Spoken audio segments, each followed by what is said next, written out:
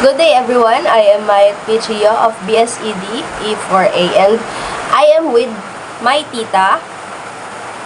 My name is Laura Almeida. And siya po yung kasama ko sa bahay at sasagot sa mga questions about generation. Unang tanong, nagkakasundo po ba tayo o hindi dahil sa ating pagkakaiba ng paniniwala sa buhay at kinasanayang ugali? Hindi, nagkakasundo naman kami. Kasi magkatandem nga kami yun.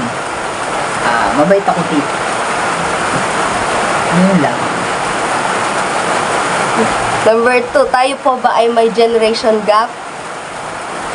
Uy, age lang ang gap natin, pero magkasintanda ang itsura natin.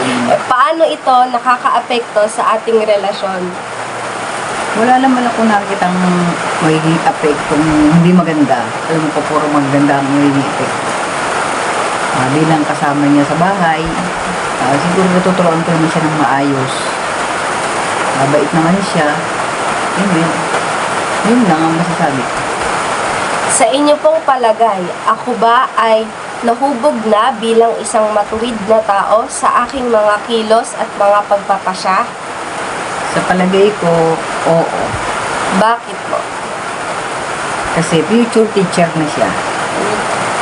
Yun lang masasabi ko sa kanya.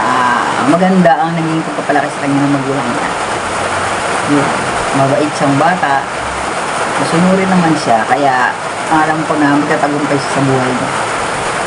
Yun lang ang masasabi ko.